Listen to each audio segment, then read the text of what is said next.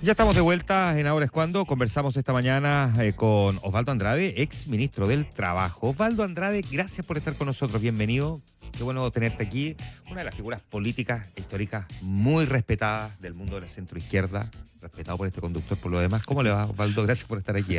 No, gracias por la invitación y gracias por vuestras palabras. No, usted sabe, sí, además uno tiene que siempre sincerar cuando tiene esa opinión. Muchas gracias. Osvaldo, así voy a bien general. ¿Cómo has visto el proceso electoral y sobre todo en la recta final? Este proceso electoral presidencial, que me refiero. Enredado. Yo tengo la impresión de que las distintas candidaturas, me refiero a las que marcan más, para no hacer un panorama de las 7, no han tenido la perspicacia de sostener una cierta idea, una cierta línea de conducta.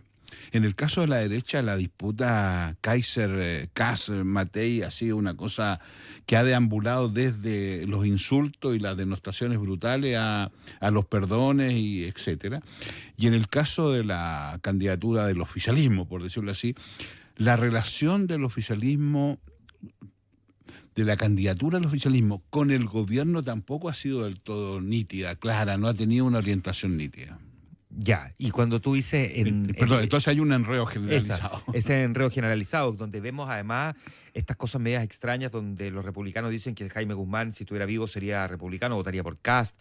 Vemos en la franja de Renovación Nacional utilizar la figura de Elwin, una candidata comunista que en realidad se define como de centroizquierda, como que el electorado está un poco confundido, ¿no? Yo creo que... O se confunde más bien el electorado. No sé si el electorado está confundido, pero se puede inducir a una confusión al electorado. Yo creo que los confusos son los candidatos y candidatas y sus equipos y sus comandos, qué sé yo. Y por cierto, esto transmite confusión al electorado. Ahora, yo tengo siempre he pensado que la sensatez ciudadana siempre se impone, y que al final del día, como se dice ahora, operan ciertas razonables criterios en el sentido de la definición. Siempre hay un margen en esto de gente que todavía no se decide, que puede ser bien interesante en las últimas semanas, pero claramente los comandos y las candidaturas no han colaborado en eso. Tal vez, paradojalmente, y claro, es mi candidata, la candidata Jara ha tenido una cierta idea de distanciarse un poco y hablar más de temas ciudadanos que le importan más a la gente. En la derecha, el canibalismo histórico de la derecha es brutal en esto, entonces deshacerse de esas lógicas en la derecha es muy, muy complejo y por eso cuesta tanto, por eso suena tan falso el perdón. El perdón de Evelina Kast. Claro, eso no muy raro. Porque, déjame quedarme un segundo en eso. ¿Por qué crees que la derecha ha sido siempre medio antropofágica? La derecha no sabe ser mayoría. En Chile, lo ha demostrado, cuando ha tenido la posibilidad de construir un esquema que le permita constituirse en mayoría sostenida, sí. no mayoría vociferante, claro, y mayoría con capacidad de gobernar. La oportunidad que tuvo de hacerlo fue a través de un ex demócrata cristiano como fue Sebastián Piñera, entonces la mejor demostración que desde las derechas esos liderazgos son complejos. Y el canibalismo tiene que ver con que tengo la impresión de que en ellos hay una connotación del poder que y esto tal vez es más cultural, y es que los lleva a tener que polarizar dentro de su propio sector. Mira, por ejemplo, yo tengo la impresión que hoy día José Antonio Kast ha tenido la virtud de aglutinar a la derecha dura en torno a sí y tiene a la UDI adentro de su campaña completa, ¿no? Lo demás es decir. Y eso implica naturalmente que la UDI va a desaparecer como partido. Ellos no tienen problema en eso, ¿no? Se los comen, digamos, porque finalmente lo que importa es quién llega más para arriba, ¿te fijas? Y tienen una oportunidad porque hay también, digámoslo francamente, una cuestión mundial de un aumento significativo de las derechas y de las ultraderechas. Entonces hay viento favorable, pero yo no sé si tendrá capacidad de gobernar. Cuando uno en una campaña le dice a la otra que las cosas que está enferma de la cabeza, perdona que sea tan coloquial, es difícil después decirle, oiga, yo quiero gobernar con usted. Sí, cuesta un poco entenderlo. Cuesta. Ahora, en el espectro del oficialismo actual, hemos visto una capacidad rápidamente de articular una oposición, o sea, una coalición más bien unida, pero que sin embargo muestra sistemáticamente también bastante fisuras entre el Partido Comunista y algunos cuadros del socialismo democrático. Sí, claro. y donde defender el legado del presidente Boric, por otra parte, también se hace bien complejo, y especialmente después de que aparecen escándalos como el que estamos viendo actualmente de las cuentas de la luz, no solo porque cobraron de más, sino porque la información que el ministerio tenía y no sinceró. Y al mismo tiempo con un presidente que confunde a veces el rol en torno a defender su legado con atacar directamente a un candidato, lo que ha llevado y que incluso dentro del mismo comando de Janet Jara le pidan en el fondo que no le dé el abrazo del oso. ¿Cómo entendemos también dentro esa unión en el oficialismo, que sin embargo también tiene está medio resquebrajado, es como medio de papel maché, que se ve medio duro pero uno lo mueve un poco y se resquebraja? A ver, hay también ahí, a propósito de la conversación anterior, hay una cultura de unidad en la izquierda y la centroizquierda que también ha sido histórica, porque además es lo que permitió recuperar la democracia, etcétera. Bueno, no volvamos, todo eso. Pero desgraciadamente, además, este proceso presidencial coincide con la parlamentaria. Y yo tengo la impresión que en el mundo, en los partidos, hay hoy día, en algunos de ellos, una cierta constatación de que la prioridad es la parlamentaria. Yo no tengo ninguna duda que en el Partido Comunista esa lógica está instalada. ¿Y qué ha reflejado, Osvaldo, a tu juicio, perdona, en que pareciera que la autora Carmona, cuando hace declaraciones que van en contra de una candidata que trata de ser más socialdemócrata, le está hablando a su nicho para no perder ese electorado? Yo creo lo mismo. Yo creo que el Partido Comunista se fijó una estrategia tiempo atrás de mejorar sustantivamente su representación parlamentaria, tanto en senadores como diputados, en donde objetivamente está disminuido, desplazar al Partido Socialista de esa representación, lo digo francamente, y yo creo que, claro, cada vez que se sitúa una candidatura presidencial que es militante comunista, pero claro, que abre el espacio, y qué es lo que debe hacer hacia un mundo más amplio, efectivamente ellos tienen que recuperar ese nicho, porque que la candidata Jara diga que en Cuba no hay democracia, al Partido Comunista le pega la línea de flotación. Entonces Lautaro se ve obligado a tener que salir a reaccionar ante eso. Lo hace medio extraño, pero finalmente lo hace. Y que Lautaro diga que hay que retomar la discusión sobre un proceso constitucional, ¿le pega también a la línea de flotación a Jara y su candidatura? Claro, porque ponen un grado de incertidumbre que vivimos ya. Yo no digo que la Constitución no haya que cambiarla, por favor. Me parece que hay un montón de cosas que hay que reparar. Increíblemente, aunque suene paradojal, esa es otra discusión. Exactamente. El tema de instalar el proceso constitucional en medio de una campaña presidencial, cuando una candidata trata de abarcar hacia el centro, parece inconducente. Voy para allá, te das cuenta, algo que es razonable, planteado en esas condiciones, termina siendo un balazo en los pies, digamos. Pero lo otro que quería agregar a propósito de lo anterior es que, del mismo modo, está el problema con el gobierno. Porque este gobierno tiene una dificultad de legado. ¿no? O sea, decir este gobierno, bueno, las 40 horas, el salario mínimo, es bien importante, pero es claramente insuficiente como para construir un relato de legado. Voy a decir algo completamente impropio. Yo creo que le haría bien la acusación constitucional al ministro Pardo, y creo que valdría la pena que se aprobara.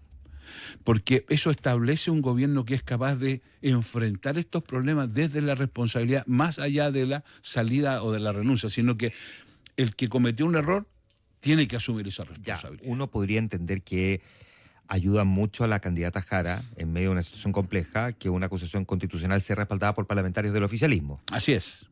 Pero inevitablemente sí le pegaría en las postrimerías, en la recta final al gobierno, y podría marcar al gobierno del presidente Boric. Sí, no. Yo creo que si la defensa es corporativa, sí. Efectivamente lo afectaría. Pero si se hace un relato distinto, y es que, mire, esto afectó a mucha gente y afectó a los más vulnerables. Entonces, y la voluntad y la visión de este gobierno es que ese es el mundo que nosotros tenemos que proteger. Aquí no puede salir incólume una persona que fue no responsable político de esta situación. En los gobiernos no se va a aprender.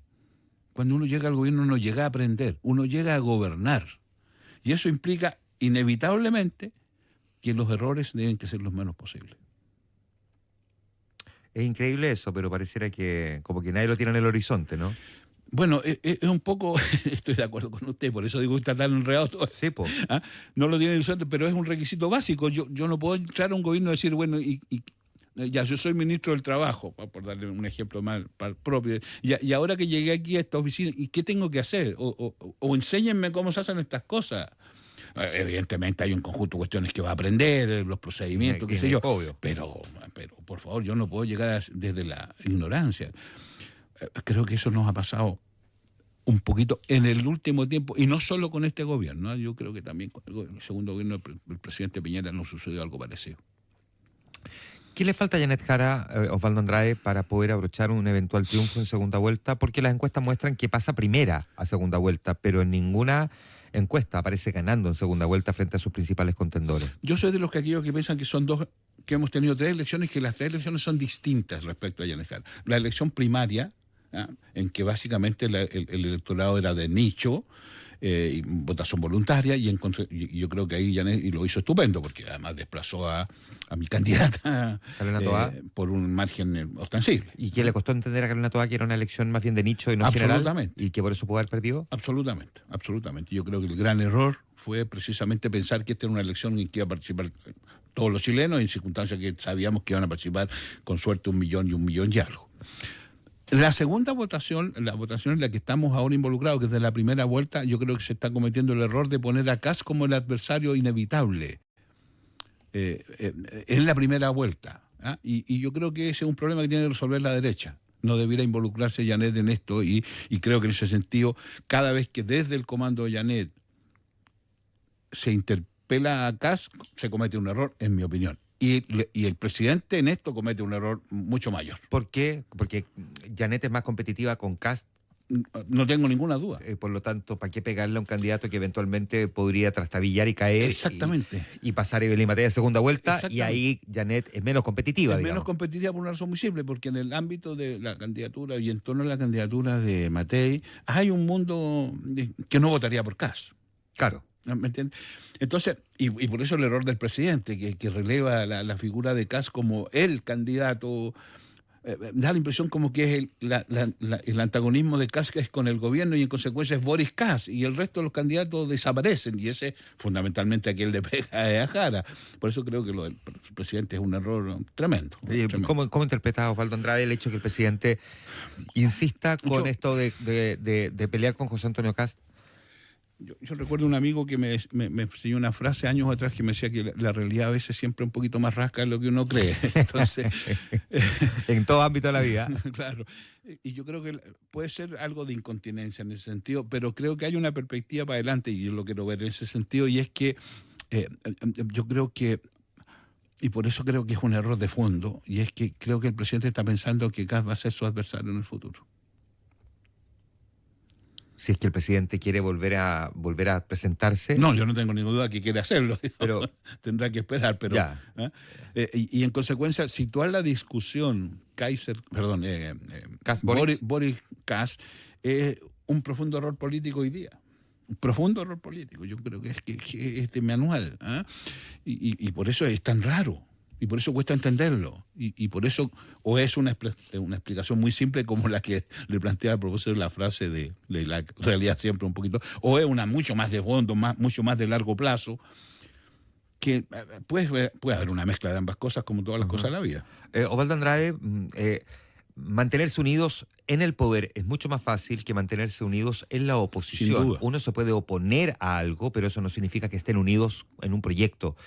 Si eventualmente no se produce el triunfo de Janet Jara, ¿verías tú a este mismo oficialismo tan unido como trata de presentarse ahora, o en estricto rigor no? Va a estar en el evento que el próximo presidente fuera José Antonio Cama, claro, por decirlo de alguna manera, ¿no? Yo creo que en ese margen el oficialismo que perdió esa elección estaría unido básicamente por ser una buena y eficiente oposición. El riesgo que tiene eso es que vamos a deambular en Chile entre oposición-gobierno, y esto es un círculo interminable. Y termina siendo suma cero. Entonces, yo creo que el gran desafío del socialismo democrático es plantearle al país una idea, una propuesta, un proyecto que tenga la capacidad de, y vuelvo al ejemplo que tú me pones, siendo incluso oposición, plantearse una perspectiva de unidad en el país. Yo creo que el gran déficit del socialismo democrático es que no ha sido capaz de hacerlo. ¿Por qué? Porque, bueno, Hablo del Partido Socialista. Sí, una tienda política no solo con una raigambre y una historia, sino que con una fortaleza y una claridad en términos de sus convicciones, que en general no se replica tanto en el resto de los partidos del espectro político chileno. ¿Por qué al mismo tiempo, sin embargo, le ha costado entonces? Porque yo creo que el gran error, bueno, errores se cometen mucho, pero el gran error que ha cometido el Partido Socialista, esto lo he dicho en otras ocasiones, es que intentó representar una multiplicidad de identidades, todas muy relevantes, pero olvidó lo que es su matriz, su impronta histórica, que es el mundo del trabajo. Entonces, lo quiero decir respetuosamente, cuando quisimos representar el mundo medioambientalista, el mundo mapuche, el mundo de las identidades, y darle a todo la misma, el mundo del feminismo, darle a todo la misma connotación, yo creo que es razonable desde el punto de vista del interés de estas identidades. Pero se perdió esta idea matriz de que el socialismo chileno nace y se construye en torno a la idea del Partido de los Trabajadores. Todos somos trabajadores. Todos los anteriores que mencionaste también son al mismo tiempo trabajadores. Claro. Y fíjate, te doy un ejemplo. Ha estado extraordinariamente presente todos los días el tema de la seguridad. Bueno, a quien primero le pega los problemas de seguridad pública es a los trabajadores. Entonces empezamos a distanciarnos de esas cosas. Y yo creo que cuando se pierde esa identidad, se hace difícil construir una propuesta para adelante. Yo creo que si logramos recuperar eso, podríamos hacerle un gran aporte al país. Y es que para recuperar eso, ¿por qué camino deberían transitar entonces los históricos de la socialdemocracia chilena? Primero juntarse. Ya, claro. Lo que no deja de ser... Yo no sé hasta dónde se justifica que existe un PPD y un PS. Lo voy a decir de manera un tanto chistosa. Yo creo que el PP debe estar en el Partido Socialista como estuvo desde el comienzo. ¿Por qué crees que le fue menos difícil a las colectividades del Frente Amplio juntarse que lo que le ha costado al PPD y al PS? ¿Porque tienen más historia? No, porque tenía al presidente. La razón de la unidad es Boric. No, eso es... Ahora, pero ustedes estuvieron a Lagos, pues. Claro, pero en ese tiempo no teníamos este problema. No, pues, es cierto. Es cierto. Entonces lograban convivir bastante bien, digamos, sanamente. Lográbamos convivir. Además estábamos en el gobierno, encabezándolo, Lagos, Bachelet, etcétera, 2 veces. Eso facilita. Yo creo que ahora hay que hacer el esfuerzo. Entonces yo no sé si este ejemplo lo pongo a propósito del mundo sindical. Yo no sé si se justifican 3, 4 centrales. O se justifican 20 sindicatos en una empresa. Bueno, no sé si se justifican 4 o 5 referencias en el socialismo democrático. A eso me refiero. Tú, en ese tránsito de mirar la evolución del socialismo democrático, ¿consideras que hay figuras que con el ejercicio de la política en el gobierno desde el Frente Amplio eventualmente vayan a transitar más hacia el socialismo democrático? O lo pregunto de otra manera mucho más simple. ¿Considera que es mucho más fácil que gente del Frente Amplio pase al socialismo democrático que socialistas democráticos se vayan al Frente Amplio? Hace años atrás, cuando esto se empezó, yo señalaba que yo pensaba que en el socialismo democrático debieran convivir activamente, bueno, los partidos más conocidos, PPD, radicalismo, etcétera, y una parte importante de lo que entonces era, no era todavía Frente Amplio, sino que era el partido de Jackson. Revolución Democrática. Yo lo veía mucho. Bueno, esa era mi idea en la cabeza, digamos. No era sino eso. Yo creo que, lo voy a decir de la siguiente manera, yo creo que el presidente Boric, después de esta experiencia, es un socialdemócrata. O un socialista democrático.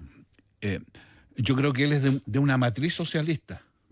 Si uno conversa con él es hablar con un viejo cuadro del Partido Socialista. Corre, sin embargo, el riesgo, Boric, de que si pasa la oposición, es decir, que no hay una continuidad, Boric, en lugar de asumir ese rol más socialdemócrata, termine radicalizándose de vuelta hacia la izquierda. Por eso yo digo que el desafío, si somos oposición, es ser oposición eficiente, adecuada, porque por algo la ciudadanía nos puso allí, pero eso tiene que traducirse en una propuesta del país que vaya más allá de ser oposición al gobierno que esté.